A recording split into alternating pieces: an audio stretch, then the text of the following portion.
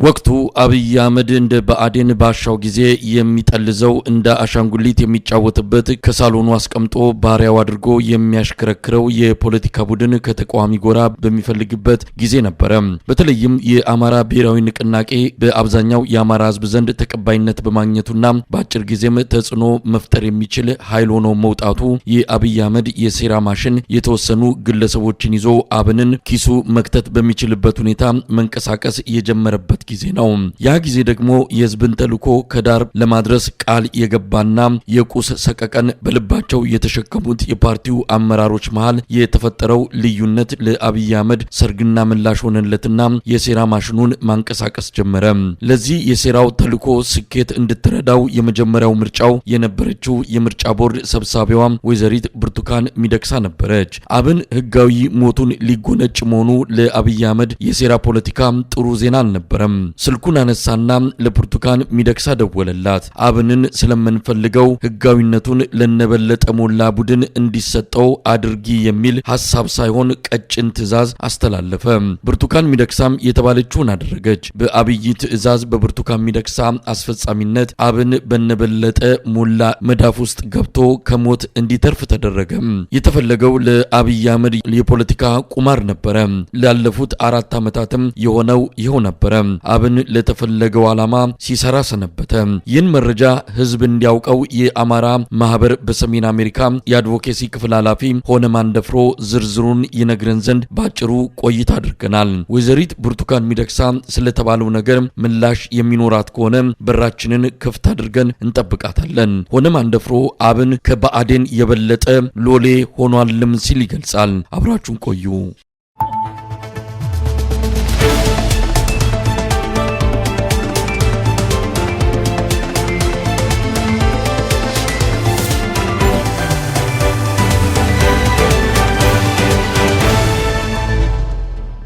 የአማራ ብሔራዊ ንቅናቄ የሚባል እንግዲህ የአማራ ብሔራዊ ንቅናቄ ሲመሰረት የነበረውን አብን የሚባለውን መንፈስ ያሰብን እንደማንወያይ ተስፋ እናደርጋለን። የሆነ ግለሰቦች ኪስ የገባ በሆኑ በጣት በሚቆጠሩ 3-4 ሰዎች እጅ ውስጥ ያለ ስሙን ይዘው በአማራ ህዝብ ስም ነገር ግን የአማራን ህዝብ እየጨቆነ ላለ ስርዓት የእንጀራ ጉዳይ ሊሆን ይችላል፣ ሌሎች የራሳቸው ዓላማ ሊኖራቸው ይችላል። ምንም ይሁን ምን ይሄ አብን ሰሞኑን የሚያወጣቸው መግለጫዎች አመራር የሚባሉትም እየወጡ በየሚዲያው ላይ የሚያቀርቧቸው ማብራሪያዎች እንደው ምንድነው ማለት የሚቻለው? እንዴት ታየዋል? እንደ አንድ የአማራ ተወላጅ፣ እንደ አንድ ኢትዮጵያዊ፣ እንደ አንድ የዚህ ትግልም ባንድሚውን በሌላ ደጋፊ ነህና ምን ይሰማል? እውነት ነው እንግዲህ አይ ቲንክ መጀመሪያ ያለብን ስለማን ስብስብ ነው የምናወራው። አንተ በጀመርከው አግባብ ለይቶ ማስቀመጡ በጣም ጠቃሚ ነው። በአንድ በኩል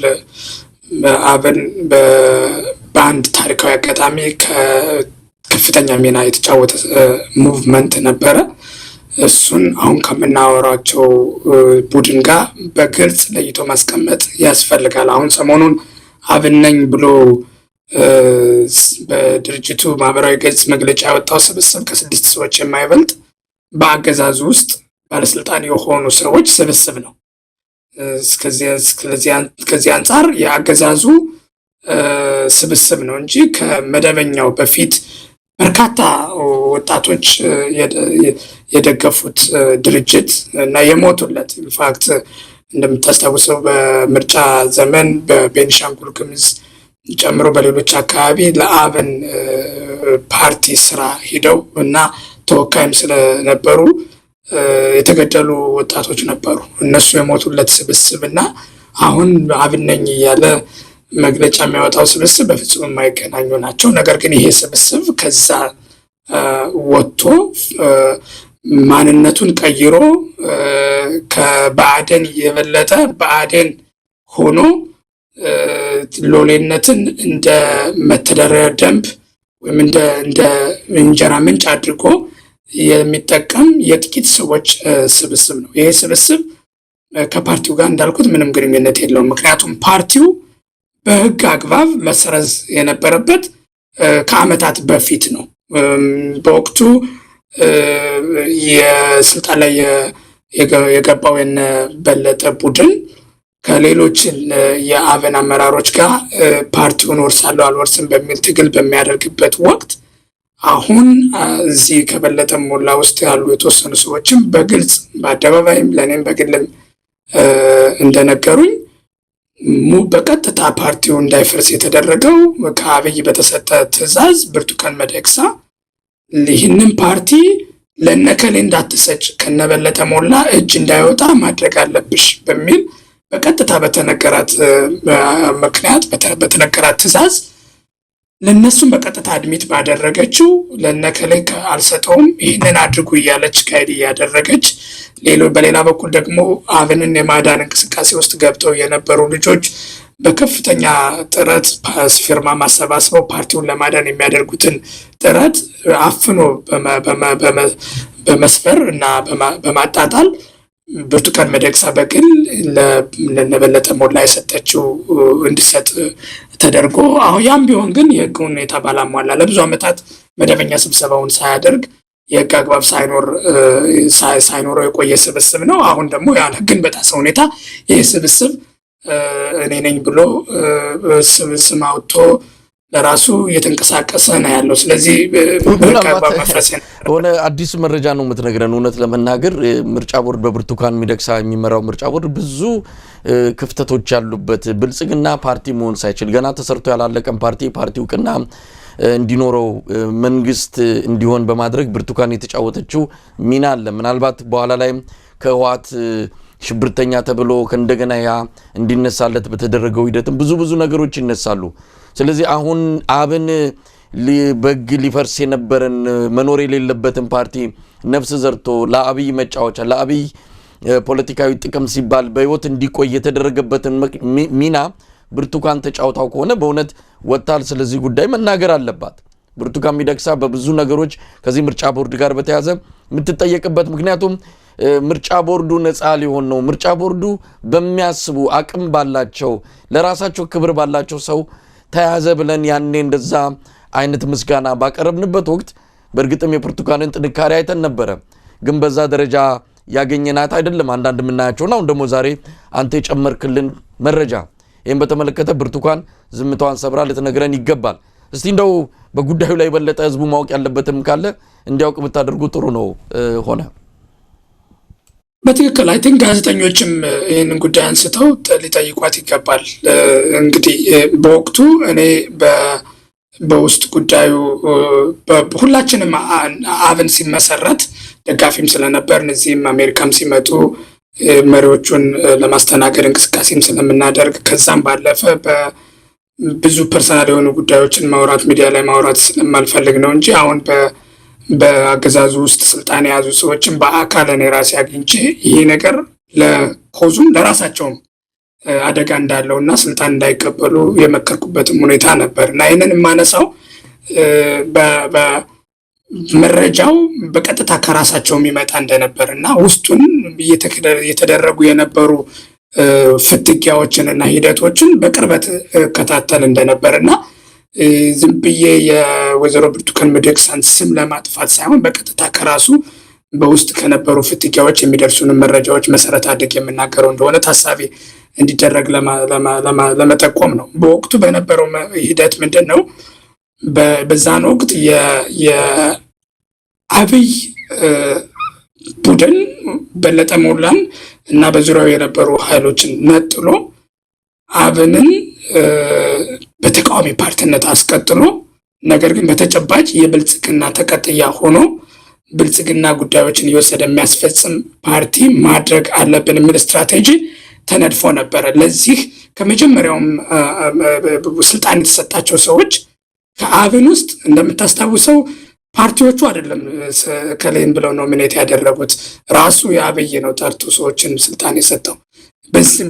ያንን በሚያደርግበት ወቅት የነበረው መስፈርት ለዚህ ዓላማ ማን የተሻለ ታዛዥ ይሆናል በሚል ነበር ሲመለመሉ የነበሩት እና በዚህ መሰረት ይህንን አቅጣጫ አስቀምጦ አብንን አሁን በመንግስት መዋቅር ስልጣን የያዙ ኃይሎች እንዲቆጣጠሩ አቅጣጫ ተሰጥቶ ነበረ። ይህንን አቅጣጫ እንድታስፈጽም ብርቱካን ሚደቅሳ ተነግሯት ነበረ። ለዚሁ ስራ ሲባል ደግሞ በተደጋጋሚ ሰዎችን እያገኘች ሌላኛው ወገን ለምርጫ ቦርድ ያቀረበውን ሰነዶች ያቀረበውን አቤቱታ በመንገር እናንተ እንደዚህ አይነት እርምጃዎችን መውሰድ መቻል አለባችሁ ብላ በተደጋጋሚ አቅጣጫዎችን አስቀምጣ ነግራቸውም ነበር። አድቫይዝ ማድረግ ታደርጋቸው ነበር። በየጊዜው አቅጣጫ እየሰጠች በግልጽ እንትና ከሚወስዱት ፓርቲውን መፍረስ ቢፈርስ ይሻላል ብላ ሁሉ እስከ መናገር የደረሰችበት ሁኔታ እንደነበረ በወቅቱ መረጃዎች ደርሰውናል። እና በዚህ ሂደት የሆነ ቡድን በተለይም ለአማራው ኮዝ ሎያል የሆነ ነው የተባለ የአብን አካል ፓርቲውን እንዳይቆጣጠረውና ፓርቲው የይስሙላ ተቃዋሚ ሆኖ እንዲቀጥል በሞራልም በካራክተርም የተሻለ ያልሆኑት እና ችግር ያለባቸው ሰዎች ፓርቲውን ተቆጣጥረው ስልጣናቸውን እንዲያስጠብቁበት ተደርጓል። እና አሁን የምናየው የዛ ስትራቴጂ ውጤት ነው። ሰዎቹ በግለሰብ ደረጃ ስልጣን የተሰጣቸው በመንግስትም ደረጃ ይህንን ፓርቲውን ተቃዋሚ የይስሙላ ተቃዋሚዎችን ሌላ የብልጽግና አፈቀላጤ አድርጎ የመጠቀም አዝማሚያዎችን ነው የምናየው። ከዚህ አንጻር በሰሞኑን የአብን አመራሮች በየሚዲያው እየወጡ ምክንያታዊ ለመሆንና ጀስቲፋይ የማይደረግን ነገር ጀስቲፋይ ለማድረግ የሚሄዱበት መላላት እዚህ ገባ የሚባል አይደለም። ጥያቄው አንድና አንድ ነው። እነሱ የተፈተኑትና ፌል ያደረጉት ለህዝብ ጥቅም ሲባል የግለሰብን ፍላጎት መግታት አለመቻላቸው ነው።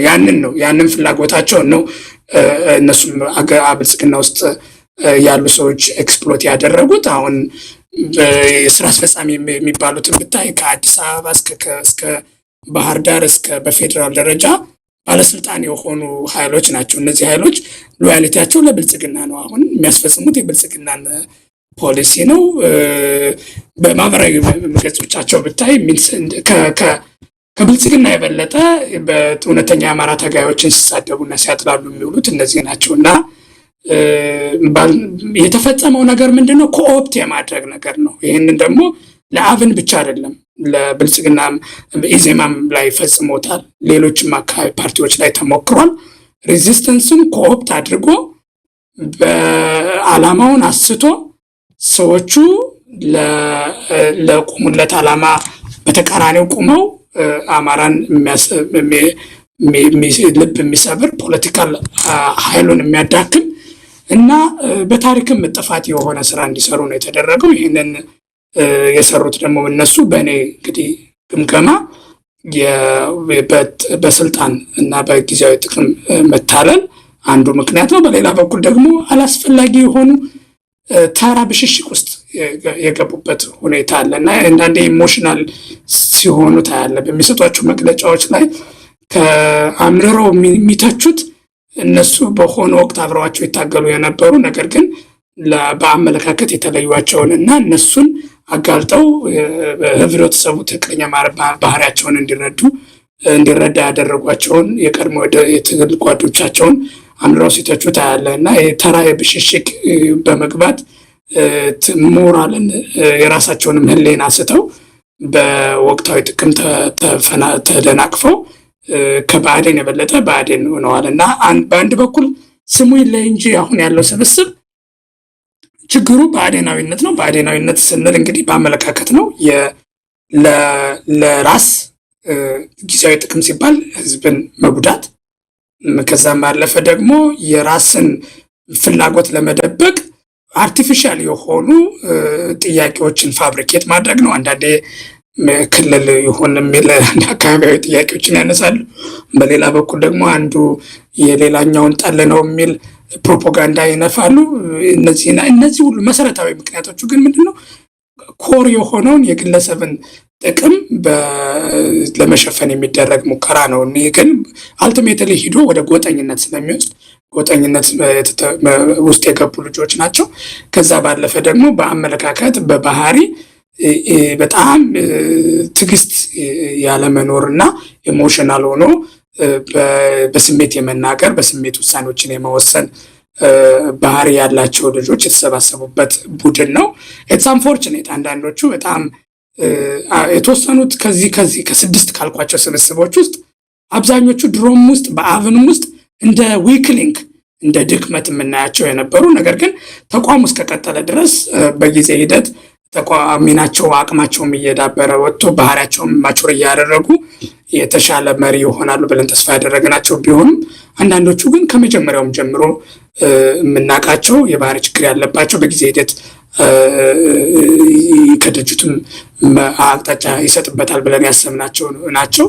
በዛው ልክ ደግሞ የተወሰኑ ጥቂት የሚባሉ በማቹሪቲም በአመለካከትም የተሻለ ተስፋ የምናደርግ ተስፋ የነበረን ሰዎች ናቸው። ስለዚህ እነሱ በዚሁ ሁኔታ መገኘታቸው የሚያሳየው አይ ቲንክ ተቋም መገንባት ላይ ትግላችን እንቅስቃሴው የምናደርገው እንቅስቃሴ በጣም ቻሌንጅ እየሆነ እንደሆነ በአርቲኩሌሽን በጥያቄዎችን በመሰነድ ችግር እንደሌለ ነገር ግን እነዚህን ጥያቄዎች ተቋማዊ መልክ አስይዞ በተቋም ውስጥ ትግልን ማድረግ ላይ ከአብንም በሰፋ ሁኔታ ተግዳሮቶች እንዳሉ እና እነዚህ ተግዳሮቶች አሁንም ተባብሰው እንደዚህ ለትግል አስተዋጽኦ ሊያደርጉ የሚችሉ ሰዎች እንደውም የትግሉ እንቅፋት ሆነው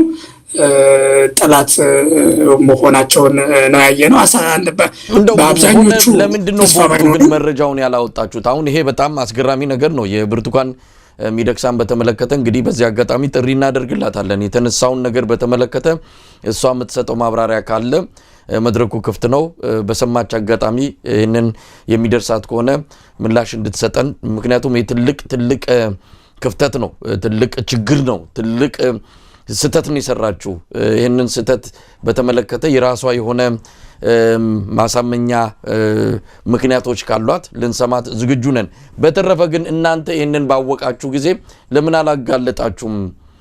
ይሄ በተፈጸመ ጊዜ መረጃውን እንደሰማችሁ ህዝብ እንዲያውቅ መደረግ ነበረበት። እንደ አንድ የሚዲያ ባለሙያ ለምሳሌ እኔ ዛሬ ነው የሰማሁት አብን ሆን ተብሎ በአብይ ተጠፍጥፎ በተለይ ያ ችግር ከተፈጠረ በኋላ እንዳይሞት እንዳይከስም አብይ ሆን ብሎ ለራሱ ፍላጎት በህይወት ያቆየው መሆኑን በተመለከተ በወቅቱ መረጃውን አውጥታችኋል። በዚህ ጉዳይ ላይ ህዝብ እንዲያውቅ ያደረጋችሁት ነገር አለ? በተለያዩ በአማራ መድረኮች ላይ የጉዳይ ተነስቶ ብዙ መግለጫም ተሰጥቶበታል። አብራርተናል። ግን ተስፋ የምናደርግ የነበረው ምንድን ነው? አዲስ ተቋም ነው። ተቋሙ ተግዳሮቶች ይኖሩታል። በአደባባይ አዋክበን ችግሩን ከምናባብስ በውስጥ ችግሩን ይፍቱት የሚል ተስፋ ነበር። አይ ቲንክ ኢን ሪትሮስፔክት አሁን ተመልሰን ስናየው ያ ትክክል ነበር ወይ ብትለኝ አይደለም የሚል መልስ እሰጣለሁ። በወቅቱ የነበረን እሳቤ ግን አዲስ ተቋም ነው። ልጆቹም ገና እንደ ማንኛውም በአማራ እንቅስቃሴ ባለነው በከኛ እድሜ የበለጡ አይደሉም አብዛኞቹ እና አዲስ ከመሆናቸው ወጣቶች ከመሆናቸው አንጻር የአመራር ክህሎትም መዳበር ስላለበት ጊዜ ያስፈልጋቸዋል። ተግዳሮቶችም ቀላል አይደሉም። አብይ በኢትዮጵያ ፖለቲካ ኢንትሮዲውስ ያደረገው አዲስ ባህል ሰዎችን ብቻ ነጥሎ ኮፕት አድርጎ ጥቅም አልባም ጠላትም እንዳይሆኑት ጠቃሚም እንዳይሆኑ የማድረግ ስልትም ስለነበረ በዚህ እንዳይወድቁ አዲሱን ስልት ተረድቶ በጊዜ አክት ከማድረግ አንጻር ክፍተቶች ነበሩና በወቅቱ የነበረው ስሌት ምንድነው? ውስጣዊ ችግሮች ይፈታሉ፣ በተቋማዊ አሰራር መፍትሄ ያገኛል በሚል በተለያየ ለምሳሌ አብን አዳዲስ ሙከራዎችን ሲያደርግ የራሱን ጀነራል አሰምብሊ አድርጎ አዲስ መሪዎችን እንዲመርጥ ድጋፍ ለማድረግ ሙከራዎችን ስናደርግ ነበር። በዚህ አግባብ ቀና አመለካከት ያላቸው የምንላቸውን ሰዎች የተሻለ አካሄድ ተከትለው ድርጅቱን እንዲያተርፉት ሙከራዎች ስናደርግ ነበር እና በአጭር ቋንቋ ከግለሰቦች ቢሳሳቱ እንኳን ተቋሙን ማዳን ይቻላል በሚል ተስፋ ስለነበረ ያንን ተቋም ለማዳን በአደባባይ ወጥቶ ግፊት ከማድረግ ይልቅ ቢሃይንድ ዘ ሲን ሰፖርት ማድረግ እንከረጅ ማድረግ የተሻለ ነው በሚል ነበር ዝም ያልነው። ነገር ግን በተለይ የአማራ ክልል ጦርነት ከመፈንዳቱ ጋር ተያይዞ በስፋት በአብን መዋቅር ውስጥ የነበሩት ልጆች በጫካ ከመግባታቸውም ጋር ተያይዞ ሌሎችም ደግሞ እስር ቤት ከመግባታቸው ጋር ተያይዞ ከመንግስት በተጻራሪ የሆኑት ኃይሎች በሙሉ መበተናቸው አሁን በመንግስት ትዕዛዝ አቅጣጫ ተሰጥቷቸው የሚፈጽመው ወገን የኮፕት የተደረገው ቡድን ያለምንም ተቃውሞ ከየትኛውም ቦታ ሰዎችን ሰብስቦ የይስሙላ ፓርቲ ጉባኤ ያደረኩ ብሎ ያለ ሀፍረት እንዲመጣ እድል ሰጥቶታል። እና አይ ቲንክ አንዱ አጋጣሚ አንዱ በእኛ በኩል የነበረው ትዕግስት ቢሆንም በሌላ በኩል ደግሞ ለለውጥ የሚያቀለቅኑ የነበሩ በአብንም ውስጥ ያሉ ከፍተኛ የሆነ ለድርጅቱ ቀጣይነት አስተዋጽኦ ሊያደርጉ የሚችሉ ሰዎች ምንም አይነት ሚና እንዳይጫወቱ ስለተደረጉ በጦርነቱ ምክንያት ይሄ ነፃ ቀጠና ሰጥቶታል።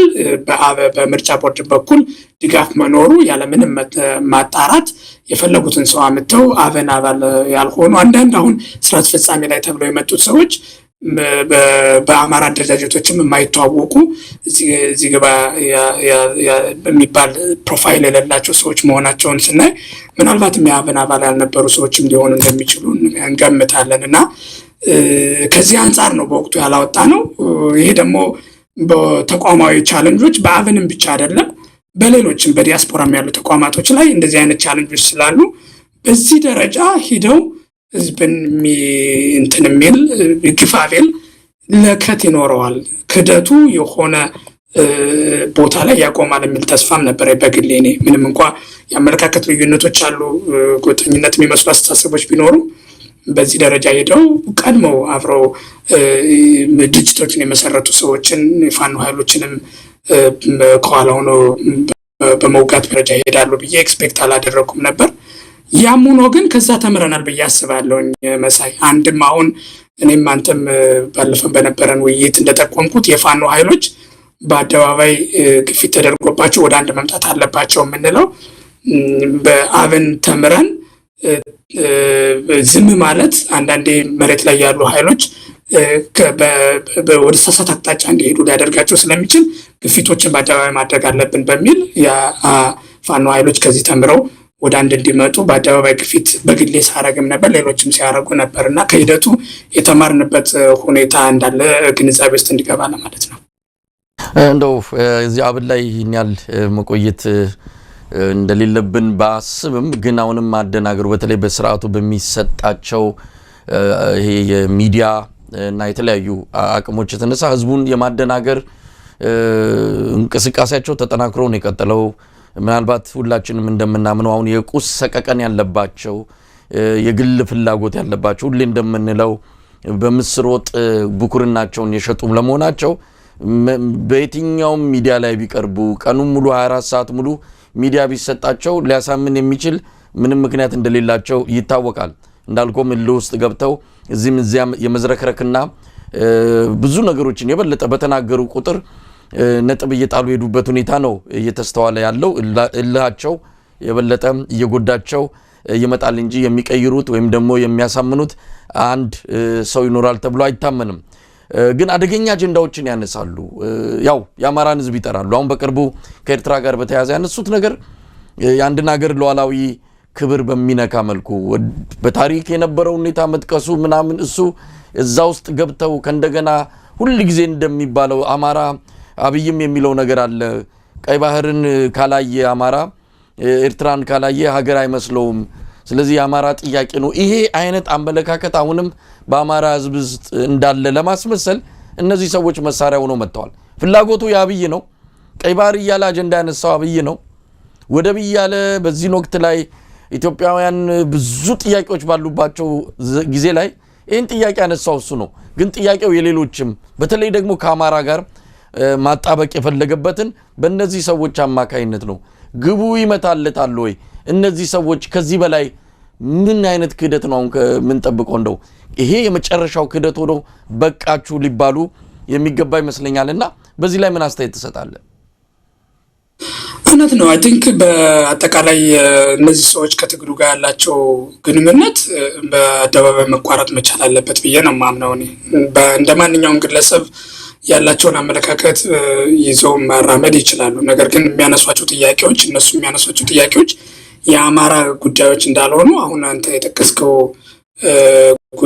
ማሳያ ነው። ለምሳሌ በዚህ ሰዓት እኛ ሌት ተቀን እንቅልፍ የሚነሳን ምን ያክል ንጹሃን ዜጎች ተገደሉ፣ ምን ያክል ትምህርት ቤት በድሮን ተደበደበ፣ ምን ያክል ሰው በረሃብ ሞተ፣ እርዳታ ባለመድረሱ ነው እንጂ የአብይ ለራሱ የናርሲስቲክ ፐርሰናሊቲ እና ኢሜጅ የሚያነሳው እና ከዛም ባለፈ የውስጡን ጉዳዩን ለመደበቅ የሚያደርገው የወደብ ጉዳይም ሆነ የጎረቤት ሀገራት ግንኙነት አይደለም። ይሄ ኢትስ ናን ኢሹ ፎር አማራስ። አሁን የወደብ ጉዳይ ለአማራ ህዝብ ኢትስ ናን ኢሹ፣ በየቀኑ የሚያሳስበን ህልውናው አደጋ ውስጥ ገብቶ የሚገደለው ህዝባችን ነው።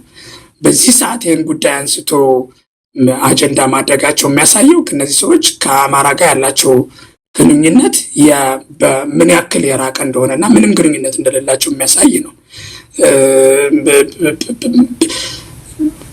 በመጀመሪያ ህልውና ሳይረጋገጥ ዛሬ መኖርህን ሳታረጋግጥ እንደ ህዝብ ስለ ኢኮኖሚም ልታወራ አትችልም፣ ስለ ወደብም ልታወራ አትችልም። ከዚህ አንጻር ምንም የአማራ አጀንዳ አይደለም ይሄ፣ ከአማራ ህዝብ ጋር የሚያገናኘውን ጉዳይ ያለም። በሌላ በኩል ግን ይህንን ጉዳይ እነሱ እንዲያነሱ እንደተፈለገበት አንተም እንደጠቆምከው ከዚህ በፊት የተሳለውን የአማራን ምንድነው ስዕል ፕሮቮክ በማድረግ የተወሰኑ ኃይሎችን ለማስፈራራት እና የተወሰኑ ጎረቤት ሀገራቶችም ካሉ እነሱን ከአማራ ጋር ለማጣላት የሚደረግ ሙከራ ነው። ለዛም ነው ፓርቲኩላርሊ ይህን ጉዳይ እነሱ እንዲያነሱ የተደረገው። ሌላ ፓርቲዎች ሊያነሱት ይችሉ ነበር፣ ሌላ ኃይሎች ሊያነሱት ይችሉ ነበር። እነሱ የተመረጡት ከዚህ በፊት የአማራ አሁን ጀኖሳይድ ገባ ያደረገንን የተስፋፊ ነው ምናምን የሚሉ የውሸት ትርክቶችን ቮክ በማድረግ አማራውን ከኢትዮጵያ ህዝብም ከሌሎች ጎረቤት ሀገራቶችም ለመነጠል የሚደረግ ሙከራ ነው። ለዚህ ዓላማ ነው ፓርቲውም ተቃዋሚ ሆኖ እንዲቀጥል የተፈለገው። እነሱም ጦርነቱን በረጅም ጊዜ እንዲወስድ የሚፈልጉት በተለይ የእነሱ ፋይዳ ከጦርነቱ ጋር የተገናኘ ነው። አብይ ይሄ ጦርነት በአንድም ሆነ በሌላ መንገድ ከተጠናቀቀ አብንን አይፈልገውም። ስለዚህ የነሱ ህልውና ወይም የነሱ እንጀራ ከአማራ ክልል ላይ ከሚደረገው ጦርነት ጋር በቀጥታ የተገናኘ ነው። ከዚህ ጦርነት ጋር ተያይዞ የተወሰኑ ኃይሎችን ማስደንገጥ ስለተፈለገ የተባለ ነገር ነው።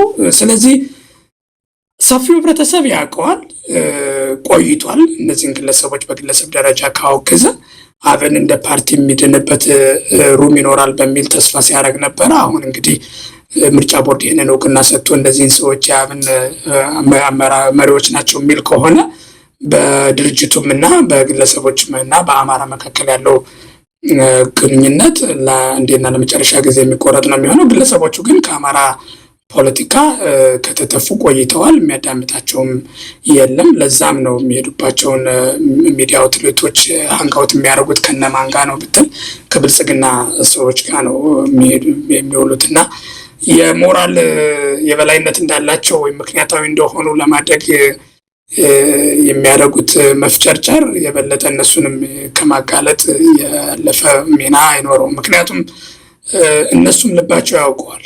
የህዝቡን መሻት የህዝቡን ጥያቄዎች ያውቃሉ። እነሱ ራሳቸው ፍሮንት ኤንድ ሴንተር ሆነው የሚያቀነቅኗቸው የነበሩ ጥያቄዎችን ዘንግተው አሁን የሚደረገው እንቅስቃሴ ጥያቄ የለውም ወደ ማለት የቂል አይነት ንግግር ውስጥ ገብተዋል እና ይህ ጥያቄም ብዙ ትውልድ አሁን አማራው የሚያደርገው እንቅስቃሴ ብዙ ትውልድ እንቅስቃሴ ነው። ጥያቄዎቹም በቀጥታ የሚታወቁ ናቸው። እንኳን ለነሱ ቀርቶ ለአገዛዙ ለራሱ ጥያቄዎቹ ጠፍተው ሳይሆን የሚመልስበት ፖለቲካዊና ማህበራዊ መሰረት ስለሌለው ነው የተቸገረው እና ከዚህ አንጻር እነሱ የሚያደርጉት ታይታ ወይም ፐርፎርማንስ በህብረተሰቡ ውስጥ ምንም አይነት ኢምፓክት አይፈጥርም። በህብረተሰቡ ዘንድ ያላቸው ቅቡልነት እዚህ ዜሮ እንደሆነ እነሱም ያውቃሉ። ይህንንም የሚያደርጉት ያው ለእንጀራ ጉዳይ ብለው ነው፣ ለፐርፎርማንስ ነው። የሚያሳዝነኝ እኔ የተወሰኑ ከታች በካድሬነት ወደ ላይ የሚያድጉ የነበሩ ካድሬዎችን አንደርስታንድ ትጠላቸዋለህ፣ ትተቻቸዋለህ። ስቲል ግን ወረዳ ላይ የሆነ ቀበሌ ላይ የሆነ ያለ የአንድ ቀበሌ አስተዳዳሪ እንጀራው ከሆነ በዛ ሂደት ስራውን እየሰራ አድጎ ወደ ስልጣን ከመጣ ያ አንድ ነገር ነው። እነዚህ ሰዎች ግን ከላይ ጀምረው የአማራ ህዝብ እነሱን ራሱ ቤተሰቦቻቸውንም መደገፍ በሚችልበት ሁኔታ ኑሮ በተጨባጭም በኢብዛም የነስም ድጋፍ ሲያደርግላቸው የነበሩ ሰዎች አሁን ተገልብጠው የተሻለ ገዢ ሲገኝ ለጠላት ተሰልፈው መምጣታቸው ይሄ ከመደበኛው የብአዴን ክህደትም የከፋ ክህደት ነው ለኔ። ምክንያቱም የመደበኛው ብአዴን ክህደት የምንለው ከታች ጀምሮ ያደጉ መምጣቱ እንዳለ ሆኖ ኦፍኮርስ የሆነ ደረጃ ላይ ሲደርስ የራስ አቅም ኑሮህ አይ ህዝብ የሚፈልገው ያንን ነው ስለዚህ ለለውጥ እሰራለሁ ማለት መቻል አለበት። በዚህ ምክንያት እነሱንም እናወግዛለን። እነዚህኞቹ ግን ጥያቄዎችን አውቀው ትግልም አድርገው የተወሰኑ ሰዎችንም ቢሆን መሪ ነን ብለው መስዋዕት አስደርገው አሁን ተመልሰው ባስገደሏቸው ወንድሞች ወይም በሞቱ ወንድሞቻቸው መቃብር ላይ ቆመው ጥያቄው ምን እንደሆነ አናቅም የሚል አይነት ንግግር ማድረግ ወይም ምን እንደሚታሰብ አናቅም ማለት ይሄ ለኔ በጣም ከማንም ከባዕዴንም በላይ የከፋ ክህደት ነውና ልብ እኔም ኢሞሽናል የሚያደርገኝ ለዛም ነው። በተወሰነ ደረጃ እንተንተም እንደምታየው እኔም ስሜታዊ ይሆናለሁ። ምክንያቱም በጣም የወረደ የሞራል ዝቅጠት ነው ለኔ በዚህ ደረጃ እና አንዳንዶቹ ሰዎችም በዚህ ደረጃ ማገኘታቸው የስብራት ነው። በግለሰብ ደረጃ ለምናውቃቸው ሰዎች በህዝብ ደረጃ ለህዝቡ ስብራት ነው። ነገር ግን አዲስ ክስተት አይደለም። ብአዴንነት ከዚህ በፊትም ለብዙ ዘመናት ሲሆን የነበረ ነው። ይህንን ኦቨርካም አድርገን የተሻለ እንቅስቃሴ ውስጥ ነው የምንገኘው። የአማራ ህዝብ እንቅስቃሴ ከመቼውም ጊዜ በላይ የሞራል ተነሳሽነቱ፣ ጥያቄዎቹ፣ ግልጽነቱ፣ መዋቅራዊ አደረጃጀቱም ቢሆን ምንም እንኳን ሙሉ ነው ባይባልም ከፍተኛ እድገት አሳይቷል እንጂ የተዳከመበት ሁኔታ የለም እና ጥያቄዎች መመለሳቸው አይቀርም፣ ድልም አይቀርም። በዚህ ሂደት ግን እንደነዚህ አይነት ክስተቶች የትግሉ አንድ አካል ናቸው። ያም ሆኖ ግን እነዚህ ሰዎች ከዚህ በላይ ዳሜጅ እንዳያመጡ ከትግሉ ያላቸው ግንኙነት ሙሉ በሙሉ መቋረጥ አለበት። በትግሉ ውስጥ ሚና ያላቸው አካላቶች በሙሉ አውግዘው ሊለዩዋቸው ይገባል እላለሁ። እንግዲህ ሆነ መረጃዎች እየሰማን ነው። ምናልባት በደንብ ዝርዝሩን ነገር እስከምናውቅ ነው። አብይ አህመድ እንደ ሸንኮራ መጦ ሊተፋቸው ከጫፍ እንደደረሰም ይሰማል። እንደምናቆም እነዚህ በተለይ ኢዜማና አብን ውስጥ ያሉና እሱ እየተገለገለባቸው ያሉት ግለሰቦች ከዚህ በኋላ ለአብይ ብዙም የሚጠቅሙ አይደሉም። እንደውም የበለጠ የህዝብ ጥላቻ ከአብይ ባልተናነሰ መልኩ እየተጠሉ እንዳለ ተገንዝቦታል። በእነሱ እንደ ፈረስ ተጠቅሞ የሚጓዝበት መንገድም የለም። ከዚህ በኋላ አውቋቸዋል። የትም ርቀት አይወስዱትም። ስለዚህ የምንሰጣችሁ ገንዘብ የምንሰጣችሁ መኪና ነገ ከነገ ወዲያ ልንነጠቃችሁ እንችላለን እስከ ማለትም ደርሷል። የከፍተኛ ውርደት ነው። አብይ አህመድ ለአብንና ለኢዜማ አመራሮች ጠርቶ የነገራቸው ይህንን ነው። አብይ አህመድ እንዲህ ነው። ልክ እንደ አንድ የሚገለገልበትን ሰው እስከሚገለገልበት ርቀት ይጠቀምበትና ከዛ ምንም አገልግሎት መስጠት እንደማይችል ምንም እርባና እንደሌለው ሲረዳ በካልቾ ብሎ የሚጥልበት ሁኔታ ከብዙዎች የምናውቀው ነገር ነውና አሁን የነዚህ ሰዎችም እድል ጣፋንታ ከዛ ያለፈ አይደለም። ከህዝብም ተተፍተዋል፣ ካገዛዙም ይተፋሉ። እንግዲህ መጨረሻቸው ምን ሊሆን እንደሚችል እድሜ ሰጥቶን በህይወት ለማየት ያብቃን ከማለት ውጪ ምንም የሚባል ነገር አይደለም። ሆነ ጨርሰናል። ምናልባት በመጨረሻ የምታስተላልፈው መልእክት ካለ? እውነት ነው። አይ ቲንክ አንተ አሁን ያልከው ነጥብ በተመለከተ የኔም መጀመሪያ ይህን ጉዳይ አብይ እንደ አጀንዳ አድርጎ የተለያዩ ፓርቲዎችን እያናገረ እንደሆነ ስንሰማ ለራሳቸው ለአንዳንዶቹም ያነው ይህንን ነው። ኢቬንቹዋሊ ወደ ራሳቸውንም አደጋ ውስጥ የሚጥል እና ስኬፕጎት ሆነው ተመተው እንዲጣላሉ የሚል ስጋት ነው ያለኝ። በሌላ በኩል የነገርናቸው በወቅቱ፣ በሌላ በኩል ደግሞ አሁን ጦርነቱ አማራ ክልል እስከቀጠለ ድረስ የሆነ የሚደግፈኝ አማራ ለሚለውን ስዕል ለመፍጠር ሲባል የተወሰነ ጊዜ ይዟቸው ሊቀጥል እንደሚችል አውቃለሁ። ግን አንተ እንዳልከው አብይ እንኳን ከተቃዋሚ ፓርቲ ያመጣቸውን ሰዎች ቀርቶ ከራሱ ስልጣኑን አሳልፎ የሰጠውን ለማ መገርሳን ያደረገውን እናውቃለን፣ እነገዱን ያደረገውን እናውቃለን። እና በመጽሐፉም እንደሚለው ሰዎች የሚፈልጉትን ነገር እያሳየ ወደ ገደሉ ክተታቸው ነው የሚለው እና መጽሐፉም ላይ የጻፈው ያንን እንደሚያደርግ የጊዜ ጉዳይ ነው እንጂ ምንም ጥርጥር የለም። ነገር ግን ህብረተሰባችን ከነዚህ ነገሮች ተምሮ አንደኛ መሪዎቻችንን እንደ ስተት አልባ እንደ ጻድቅ እንደ መልአክ ከማየት አልፈን ከማየት ተቆጥበን በተገቢው በልኩ መጠየቅ ቻሌንጅ ማድረግ መደበኛ ስራችን መሆን መቻል አለበት። ማናቸውም መሪዎች ሰዎች ናቸው፣ ስተት ሊፈጽሙ ይችላሉ። ቴምፕቴሽን አለ፣ ብዙ ግፊት የሚያደርጉባቸው ስሜታዊ ሊሆን የሚያደርጋቸው የጥቅም ግጭቶች ሊኖሩ ይችላሉ። በተሳሳተ መረጃ የተሳሳተ አቋም ሊይዙ ይችላሉ። እነዚህን ሁሉ ግን ፕሪቨንት ማድረግ የምንችለው ሁሌም አካውንተብል ማድረግ ነው።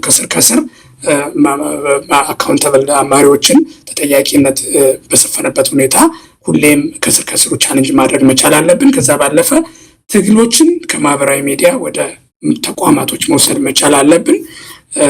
የሚደረጉ ግንኙነቶች በሙሉ ባለመስማማት ቶለሬት ተደራርጎ መስራትን መልመድ መቻል አለብን።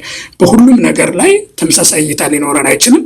ትናንሽ የአመለካከት ልዩነቶችን ወደ ሰፊ ግጭት መውሰድ መቻል ያለብንም ኮር የሆኑ ጉዳዮች ላይ እስከተስማማን ድረስ በጋራ መስራትን መልመድ መቻል አለብን። ከዛ ባለፈ ደግሞ በጊዜ ሂደት ግጭቶች ቢኖሩ እንኳን ለህዝብ ጥቅም ሲባል የህዝብን ሴንተር ካደረግ ከማንወዳቸውን ሰዎች ጋር መስራት መቻል አለብን። ትግል ያገናኘው ሰው ማለት ከሌን ወደዋለሁ ከሌን እጠላዋለሁ ሳይሆን ከሌ ለዚህ ትግል ምን አይነት አስተዋጽኦ ነው የሚያደርገው የሚለውን ገምግመን ግንኙነታችን በዛ ላይ መሰረት ያደረገ መሆን መቻል አለብን እና በአብን ወይም በነዚህ በአብነን በሚሉ ሰዎች ሰሞኑ ክስተት መማር ያለ ተሞክሮችን ወስደን እነሱን ወደ ተሻለ ውጤታማነት ለመቀየር ከሞራል ስብራት ወጥተን ከስህተቱ ተምረን የተሻሉ ተቋማቶችን ለመፍጠር እንቅስቃሴ ማድረግ መቻል አለብን እና ብዙ ሰው ስለነዚህ ሰዎች በስፋት በማውራት ሞራሉ እንዲሰበር አልፈልግም። የተለመደ በትግል ውስጥ ያለ እንቅስቃሴ ነው። ነገር ግን ደግሞ ከዚህም በላይ ጉዳት እንዳያደርሱ እነሱን በትክክለኛው ፈርጆ ከዚህ ኤክስፔሪንስ ግን የምንማራቸውን ተሞክሮች ወስደን ቀጣይ ትግሉ ግብዓት ማድረግ መቻል አለብን እና ትኩረታችን እዛ ላይ እንዲሆን ማሳሰብ እወዳለሁ። ከአማራ ማህበር በሰሜን አሜሪካ ሆነ ማንደፍሮ የአድቮኬሲ ክፍል ኃላፊ፣ በጣም አመሰግናለሁ። እኔም አመሰግናለሁ መሳይ።